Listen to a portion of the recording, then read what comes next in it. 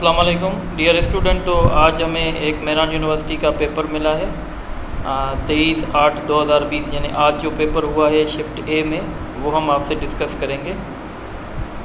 तो इसमें पहला क्वेश्चन आया था, in SI system there are dash basic units.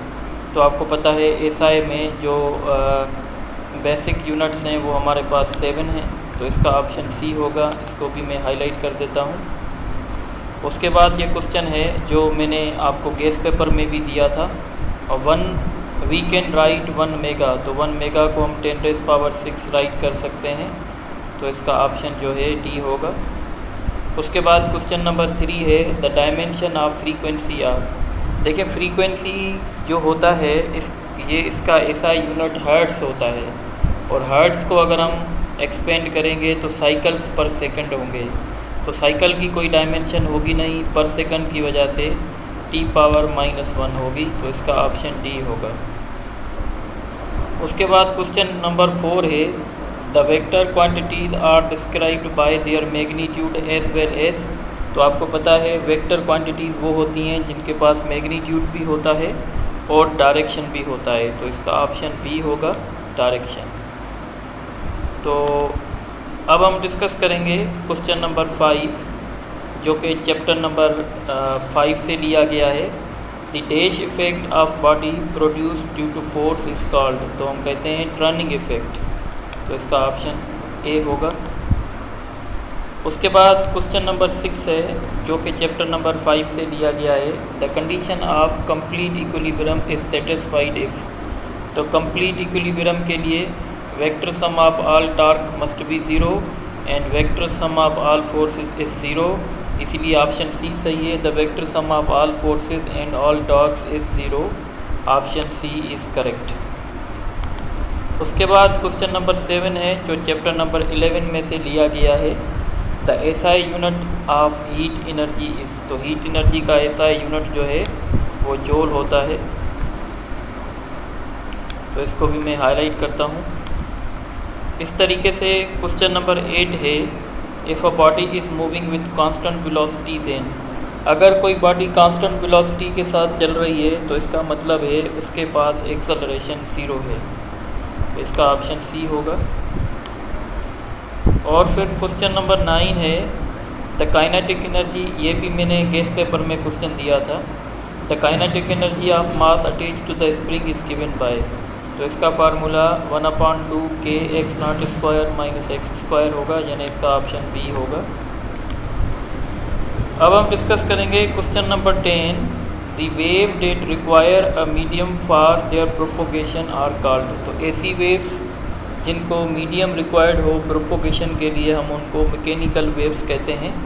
जैसे आप जानते हैं साउंड वेव है, वाटर वेव है, स्ट्रिंग वेव है, ये सारी की सारी जो होती हैं वो एक किस्म की मैकेनिकल वेव्स होती हैं। और याद रखिएगा मैकेनिकल वेव्स वैक्यूम में से कभी भी ट्रेवल नहीं कर सकती, तो इसका ऑप्शन डी होगा। इसको भी मैं हाईलाइट कर देता हूँ। इसी तरीके से अब हम डिस्कस करेंगे question number 11, the refractive index is. तो रिफ्रैक्टिव इंडेक्स बेसिकली रेशियो होता है speed of light in vacuum upon speed of light in any medium. और रिफ्रैक्टिव इंडेक्स जो होती है वो आप कह सकते हैं कि इन्वर्सली प्रोपोर्शनल करती है वेवलेंथ के साथ, directly proportional to wavelength of light, inversely proportional to wavelength of light. क्योंकि जितनी रिफ्रैक्टिव इंडेक्स ज़्यादा होती है उतनी वेवलेंथ जो है कम हो जाती है, तो इसका ऑप्शन बी होगा। क्वेश्चन नंबर 12 है, इंटरफेरेंस एंड डिफ्रैक्शन। ये भी मैंने गेस पेपर में दिया था। इंटरफेरेंस एंड डिफ्रैक्शन सपोर्ट्स थी, तो ये वेव नेचर को सपोर्ट करती हैं। आपको पता है लाइट के पास ड्यूअल नेचर होती है, तो जैसे फोटो इलेक्ट्रिक इफेक्ट और कॉम्पटन इफेक्ट है, ये लाइट की पार्टिकल नेचर को शो करते हैं। अगर ट्रांसफर नेचर की बात करेंगे तो वहाँ पे पोलराइजेशन होगी, बहरहाल इसका सी होगा। क्वेश्चन नंबर 13 है जो कि चैप्टर नंबर 11 से लिया गया है, द डिग्री ऑफ हॉटनेस और coldness of an object is express in terms of. तो हम इसको टेम्परेचर कहते हैं, और टेम्परेचर की एक दूसरी डेफिनेशन भी होती है, the average kinetic energy of molecules. बहरहाल यहाँ पे ये है। क्वेश्चन नंबर 14 है, the rate of flow of charges through a surface is known as. तो rate of flow of charges को हम एम्पियर यानी हम इसको कहते हैं करंट, इलेक्ट्रिक करंट इसका राइट ऑप्शन होगा। उसके बाद क्वेश्चन नंबर 15 है जो कि चैप्टर नंबर 12 से लिया गया है। Unlike charges dash each other. तो अनलाइक चार्जेस जो होती हैं वो एक दूसरे को अट्रैक्ट करती हैं और सेम चार्जेस एक दूसरे को रिपेल करेंगी। क्वेश्चन नंबर 16 जो कि चैप्टर नंबर 16 से लिया गया है। The electromagnetic waves travel in free space with the speed of. तो इलेक्ट्रोमैग्नेटिक वेव्स जो भी होती हैं वो फ्री स्पेस यानी वैक्यूम में ट्रेवल करती हैं with the speed of light. तो इसका ऑप्शन ए होगा, इसको मैं हाईलाइट कर देता हूँ। उसके बाद क्वेश्चन नंबर 17 है जो कि मैंने गेस पेपर में भी दिया था। तो 4 क्वेश्चन मेरे गेस पेपर से आए हुए हैं। द गास is the smaller unit of magnetic induction which is related. तो एक गास जो होता है वो 10⁻⁻⁴ टेस्ला के बराबर होता है। उसके बाद क्वेश्चन है modern physics came into existence due to.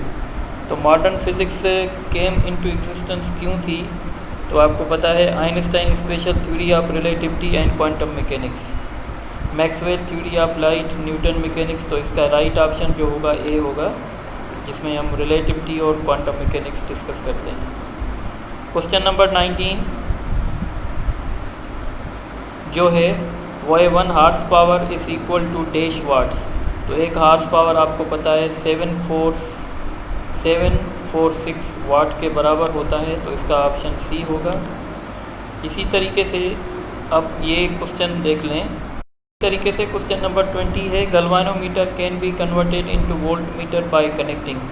अगर आप गैल्वानोमीटर को वोल्ट मीटर करना चाहते हैं इसके लिए आपको हाई रेजिस्टेंस सीरीज़ में लगानी पड़ेगी, ठीक है। पर अगर आप गैल्वानोमीटर को ए मीटर करना चाहते हैं तो लो रेजिस्टेंस पैरेलल में। बहरहाल इसका ऑप्शन ए होगा।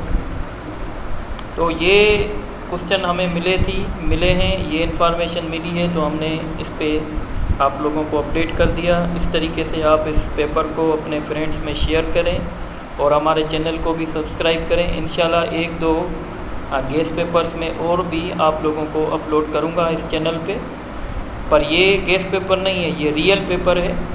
आप इस पेपर को कंफर्म कर सकते हैं अगर कोई आपका फ्रेंड दे के आया है। तो थैंक यू वेरी मच। फिर इंशाल्लाह गेस पेपर के साथ आपसे दोबारा जो है फिर डिस्कस करेंगे।